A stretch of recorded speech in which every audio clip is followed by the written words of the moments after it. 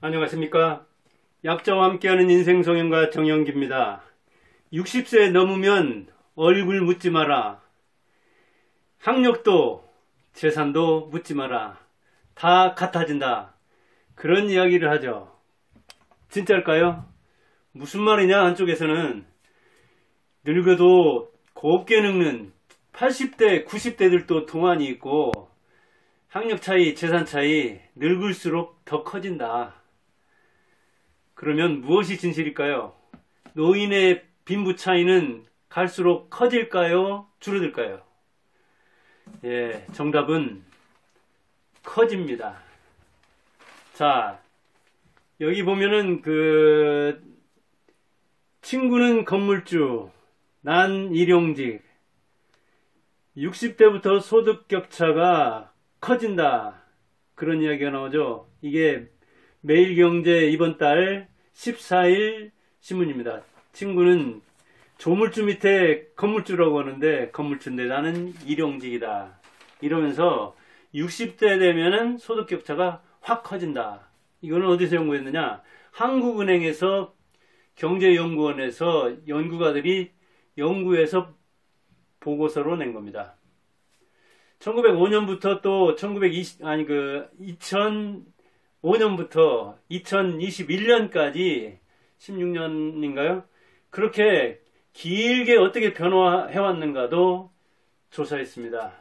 그런데 거기에서 소득이 차이가 나는데 어떻게 이렇게 분배가 되는지 그걸 이야기하는 지니계수라는 게 있죠. 소득 분배 불평등을 볼 수 있는 지표입니다. 지니계수. 그런데 타일계수, 우리 화장실이나 이게 붙이는 타일 있죠. 그 타일 지수라는 게 있는데 타일을 지칭하는 게 아니라 그런 지수가 있습니다. 집단 내에서 개인의 소득이 동일한지 동일하지 않은지. 그래서 이를테면 제가 586 개띠잖아요. 586 개띠들의 소득이 동일하면 1억인데 그것이 동일하게 100원씩 나눠졌다. 그러면 그것은 0입니다. 타일 지수가 0. 그런데 만일 586 개띠 중에 한 사람이 재산을 다 가지고 있다. 그러면 1입니다. 즉 격차가 클수록 1에 수렴하고 격차가 적을수록 0쪽으로 갑니다. 그런데 이 진위계수 여기 지금 조사한 걸 발표하고 있죠. 이렇게 40대부터 시작해서 그때 드러나게 그 다음에 50대부터는 확연히 확대가 되고 60대 되면서는 더 급경사를 이루는 이것을 볼 때에 60세 이상의 고령층이 그 이하보다도 더 소득 격차가 커진다. 특히 60대 이상의 근로소득을 이렇게 이제 잃는 사람, 즉 일하지 않는 사람, 정년하면은 일하기가 힘들고 또 정년하면은 이전 직장과는 달리 소득이 팍 줄어들거나 그러잖아요. 그러니까 소득 격차가 60세 이상에서 다른 사람들은 이를테면 사업소득이라든가 재산소득, 이 임대소득 그런 거 있죠. 그 다음에 이전소득, 자녀한테 받는 거나 국가에서 받는 걸 이전소득 그러죠. 이런 것에 따라서 격차가 고령층에서 오히려 50대 이전보다 더 많이 난다고 합니다. 그런데 대개 40대에서 빈부가 갈립니다. 즉 부자는 40대에서 결정난다고 합니다.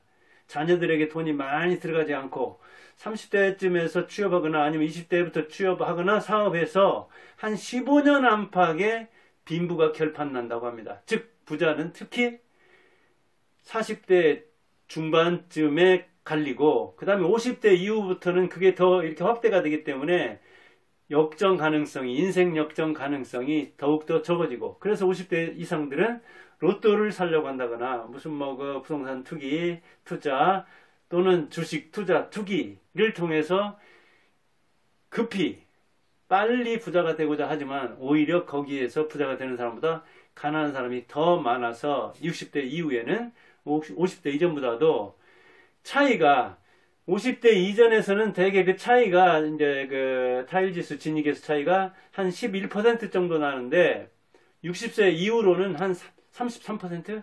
즉 3분의 1 정도의 격차를 보인다고 합니다. 그런데 우리에게 더욱더 체감지수는 실감을 나게 하는 것은 더욱더 여기저기서 보입니다. 이 유튜버만 하도 그러지 않습니까? 여기저기서 부동산 투자로 돈을 벌었다, 주식 투자로 돈을 벌었다, 무슨 사업 소득으로 돈을 벌었다 하면서 옛날에 나이 많은 부자들은 아주 근면성실했고 검소했죠. 그래서 누가 부자인지도 모릅니다. 왜? 부자들이 부자라는 걸 밝히는 것 자체가 다른 사람들에게 어떤 상대적 박탈감을 주기도 하고, 그 다음에 자기가 부자라고 밝히는 것 자체를 그렇게 자랑스러워하지 않았거든요. 근데 지금 젊은 사람들 어때요? 그냥 뭐 몇십억만 벌어도 난리가 나죠. 여기저기서 이렇게 해서 벌었다고 거기에 또 거짓말까지 뭐 미화와 과장까지 더해져서 여기저기서 젊은 부자들이 늙은 이 빈자들을 참 피곤하게 만들죠. 젊은 부자들이 차다, 집이다, 뭐 집 내부까지 공개하면서 이렇게 부자다. 그러니까 나를 따르라.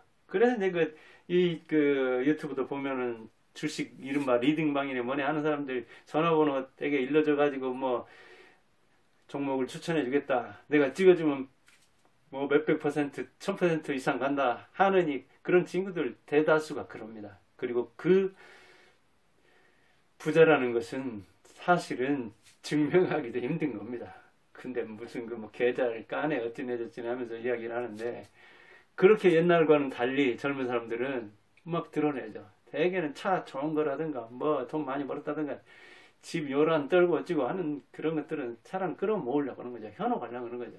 그런데 아무튼 자기를 노출할 매체가 많기 때문에 여기저기서 부자라고 하면서 다른 사람들을 뭐랄까요, 끌어들이고 자기 힘을 과시하려는 측면이 있죠.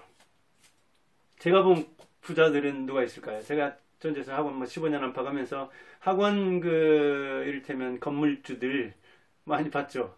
한 5, 6명 봤나? 그리고 서울에서 두 아들이 학교에 다녔기 때문에 한 13년 됐나? 군대 뺀다 하더라도 10년 넘게 서울에서 직장 다니거나 학교에 다녔기 때문에, 대학에 다녔기 때문에 그때 건물주들 많이 봤습니다. 조물주 밑에 사는 사람들이 누군가, 아니 조물주 위에 건물주라고 하던데 그렇게 창조자가 누군가 하면서 봤는데, 서울에서 본 사람들이나 전주에서 본 사람들이나 대부분은 60 넘은 사람들입니다. 서울에서는 70 넘은 이 할머니들이 주류를 이루더라고요. 남자는 뭐 직장을 다닌다거나 아니면 일찍 뭐 세상을 떠났다거나 그래서 그런지 몰라도 서울에서 한 7, 8명 봤나요? 뭐 이렇게 다니면서 임대료 한 보증금 얼마 넣고 40에서 60 이렇게 주는 원투룸 찾아다닐 때 만난 그 사람들이 대부분 60 넘은, 70 넘은, 80 넘은 사람들이었습니다.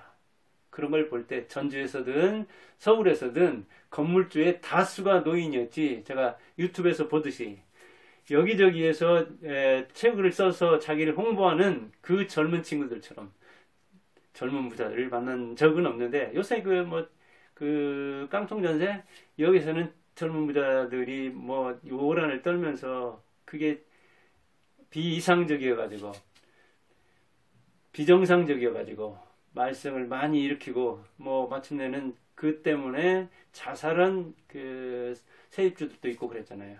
아무튼 이 임대차 시장에서도 빈부 차이가 물론 많이 나죠. 그러니까 우리나라 부자 된 사람들이 되게 부동산 부자잖아요. 제일 많은 게. 그 다음에 이제 이게 주식 부자도 있는데, 주식은 사실은 빈자가 훨씬 더 많이 생기죠. 10명 투자하면 1명 뭐 조금 부를 모으고 9명은 아마 힘들 겁니다. 이렇게 그 빈부 차이가 갈수록 40대부터 시작해서 60대로 가면 쭉 올라가는데, 그러면 세월적으로는 어떠냐? 2005년부터 2021년까지 조사했다고 하는데 더욱더 격차가 커졌어요. 2005년 때의 노인들 노노 격차보다 지금 2021년 노노 격차가 더 커졌다는 거예요. 그거는 이제 뭐 개인 차이 때문에 그런 측면도 있고, 정책 무슨 뭐 소득주도네 뭐네 하면서 문재인 정부에서도 부동산 이 정책 실패해서 빈부 차이가 더 커진 측면이 있었는데, 빈익빈 부익부가 됐잖아요. 부자는 더 부자, 가난한 사람은 더 가난한 사람. 그리고 인플레이션, 그 다음에 이제 코로나 때문에 또 이 유동성을 많이 확대했잖아요. 돈을 많이 풀었잖아요. 돈이 많이 풀면 돈 가치가 떨어지면서 인플레이션이 일어나고, 그리고 부자는 자산을 부동산이라든가 이렇게 고정자산을 가지고 있는 사람들은 더 부자가 되는 측면이 있죠. 즉 돈이 돈을 버는 그런 측면이 생기니까요. 이렇게 해서 2005년 16년 전보다 뭐 20년 전 가까이 되네요. 2021년에 그 격차가 더 커졌다는 겁니다. 그런데 그 격차의 원인이 어디가 있느냐 보니까 근로나 되게 소득세에서 소득세를 매기는 소득은 한 10가지 안팎 될 겁니다. 퇴직도 소득이요. 연금 받는 것도 소득이요. 양도, 뭐 집 같은 거 팔면 양도세 나오잖아요. 이렇게 소득이 많은데 대개 이제 우리가 벌어들이는 소득으로서는 근로소득, 사업소득, 근로소득은 어디 가서 월급 타는 거죠. 사업소득은 자기가 사업하는 거죠. 유튜버도 사실은 뭐 이거 사업이 될 수가 있고 주식도 사업이라고도 할 수 있고 그러는데 그 다음 재산소득, 임대소득이 대표적이죠. 이전소득은 아까도 얘기했듯이 국가로부터 받는 거라든가 그냥 주어서 받는 거예요. 자녀가 준다든가 이런 건 이전소득에 속하죠. 이전소득 중에서는 자녀가 주는 이전소득보다 국가에서 주는 이른바 사적 이전소득, 공적 이전소득 이렇게 구분할 수가 있는데 공적 이전소득이 더 많습니다. 즉 자녀가 주는 용돈을 받는 것보다도 우리 그 소득 하위 그 70%가 받죠. 소득 상위 30%는 안 받죠. 그것도 그 기초노령연금 그렇게 됩니다. 자녀에게서 오는 이전보다 국가에게서 오는 이전이 더 많다는 얘기입니다. 이런 것 때문에 고령층의 빈부 차이가 더 커지는데, 즉 오래 일할수록 전문직에 종사했는데 정년 퇴임한 다음에도 전문직에 있는 사람들은 의사들은 이를테면 정년도 없잖아요. 대학병원 같은 데서 정년한다 하더라도 65세 그 이후에 얼마든지 다른 데서 근무할 수가 있잖아요. 변호사들 정년 있습니까? 역시 없잖아요.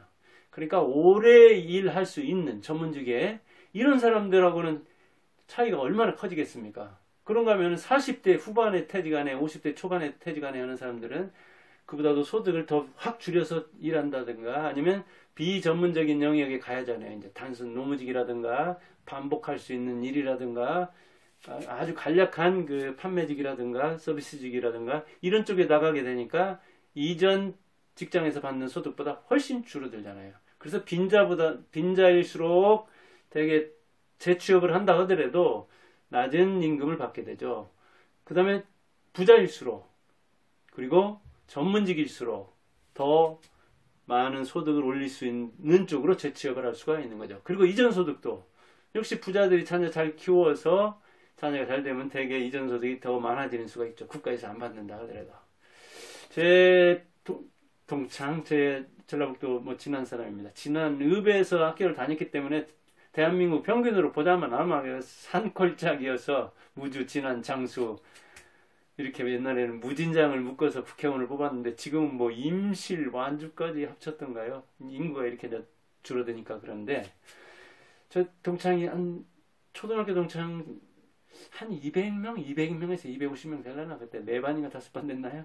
아무튼 그 중에 30억 이상, 우리나라에서 30억 이상이면 1% 안에 낀다고 하던가요? 10억 이상이면 한 10% 안에 뭐 부자라고 볼 수 있는 거죠. 30억 이상은 그 200여 명 되는 안팎 중에서 아마 몇 명은 될 것 같네요. 제가 떠오르는, 제가 다 알 수는 없죠. 아마 동창회 관여도 해봐서 절반 내지는 대략 안다고 본다면은 100명 중에 30억 이상 번 사람이 아마 몇 명 될까 말까 그럴 겁니다. 그러면 적자는, 마이너스는, 그거는 30억 이상 부자 숫자보다 더 많을 겁니다. 아마. 그 다음에 5억 안팎, 우리나라 평균, 가구당 평균 소득이 아마 4억 5천 안팎 그렇게 되죠. 순 그 자산이. 그렇게 5억 안팎 되는 사람이 아마 많을 겁니다.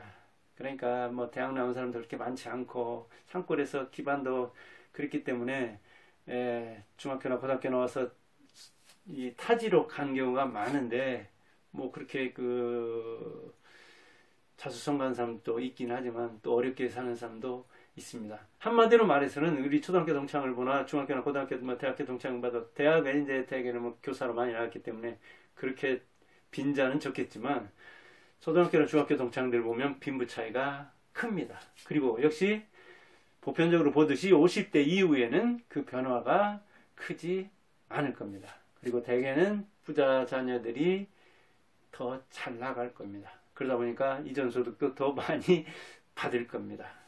한국은행에서는 그 연구원들이 이거 왜 이런다고 하느냐, 근로사업소득 차이가 이런 노령들 간의, 노인들 간의 차이를 유발한다. 그러니까 이 소득 차이 문제가 곧 계속되고 나이 먹을수록 더 커지니까 재취업을 도와줘야 되고 재교육을 통해서 재취업의 길을 열어줘야 된다. 이렇게 진단을 하고 있습니다. 저는 그런 실제적인 취업 기회를 마련해 주는 것, 재교육을 시키는 것도 중요하지만 자존감을 지키면서 그래 젊은 부자들과 비교하지 않고 있는 그대로를 수용하는, 한 달에 100만 원 있으면 100만 원 가지고 살 수도 있는 것이고 300 필요하면 300 또 있으면 그걸로 살면 되는 거고 1000만 원 있는 사람은 그걸로 또 여유도 부리면서 자기를 위해서도 쓰지만 자기보다 못한 사람들, 좀 어려운 사람들을 위해서도 얼마간은 쓸 수 있는 여유를 가지고 자기 새끼와 자기만을 위해서 쓰지 않고, 그렇다면 부자가 요구할 필요가 뭐가 있습니까? 그리고 가난하다 하더라도 국가의 기대면 기대는 대로, 기대지 않으면 자기 본전을 하면서 그렇게 현실을 수용하고 산다면 막 부모 원망하고 자식 원망하고 자기 원망하고 배우자 원망하고 그러면 굉장히 힘들죠. 그리고 40대 빈부가 갈리는데 대개 40대부터는 교육비가 많이 들어가는데 이 교육비를 좀 줄일 연구를 하는 것도 노후에 빈부 차이가 줄어드는데 기여할 수 있는 것이고, 50대 이후에는 기회가 적죠. 역전 기회가 적으니까 그때부터는 재취업을 준비한다든가 따로 이렇게 자격증을, 제 친구들 중에도 보면 그럽니다. 60대 이렇게 후반이지만 전기 기사를 딴다든가 무슨 냉동이라든가 그러면 여기 설비라든가, 그러면 요즘 얼마나 바쁩니까? 요즘 에어컨 같은 거 이전시킬 때 설치할 때라든가 그런 저런 기술이 또 오래가는 측면이 있거든요. 그렇게 미리 준비를 하는, 그리고 투자를 통해서 나는 용돈을 벌어야 되겠다 하면 주식 투자든 부동산 투자든 그것도 연습이 필요한 거잖아요. 이런 거 실제가. 그렇게 50대부터는 노후를 준비를 해야 되고, 더 중요한 것은 빚을 줄여야 되는데, 자산이 있다면 자산을 요즘같이 이자가 높을 때는 딱 팔아서 갚아버리는, 이자를 안 내도록 만드는. 저도 50대 한 10년 안팎에 그랬네. 최고 큰 자산 팔아가지고 그 얼키설키 있던 빚 딱 청산해버리고, 그렇게 하니까 빚 없는 게 부자더라고요. 그런 것도, 즉 버는 것보다도 50대 후반부터는 자산을 정리해서라도 이렇게 이자가 높을 때는 마음이 편하면 오히려 그때부터 재테크가 더 되는 수가 있거든요. 그렇게 빚을 청산하는 것도, 빚을 줄이거나 없애는 것도 투자해서 돈 버는 것보다도 훨씬 확실하고, 그 다음에 심리적인 측면, 경제적인 측면, 교육적인 측면, 그 다음에 가정의 어떤 가정의 화목을 이끌어오는 측면에서 좋지 않을까 하는 생각도 해봅니다. 아무튼 노인의 빈부 차이가 갈수록 커진다는 이런 통계를 보면서 어찌 보면 상식 차원에서 받아들일 수 있는 것이지만, 그것을 어떻게 받아들이고 그리고 그것을 완화하면서 노인들 사이에 격차가 날 때 되도록 중간이라도 따라갈 수 있는 그런 길은 무엇인지를 알아봤습니다. 감사합니다.